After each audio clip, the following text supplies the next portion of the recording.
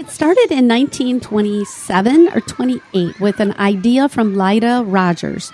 She was a biology teacher at Holland High School, and she noticed that a lot of the children in her classroom were of Dutch heritage, Dutch descent. And she said, well, how can we learn about the Netherlands, and we're a community named after Holland, so how do we bring those two together? So she had an idea to plant 100,000 tulips. It took her 2 years to get to the point of pitching the idea to the city council and the Women's Literary Club before somebody said, okay, let's do it and see what happens. So in the fall of 1928, they planted 100,000 tulips.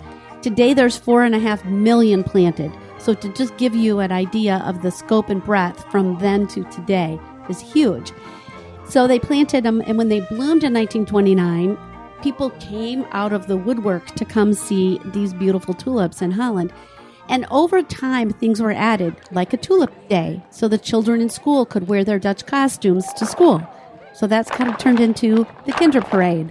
Dutch dance was added, a traditional folk dance, and parades.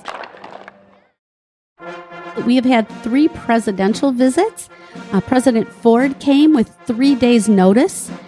Showed up and was in the parade. And then we also had President Reagan and President Bush were here, Bush Sr., back when they were campaigning against each other.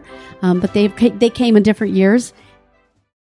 So I think that festival obviously started because of our Dutch history, but we know that our community today is not 100% Dutch. It's very diverse, and we appreciate that. We acknowledge that it's not all Dutch, and we look for participation from many folks in many different cultures to participate.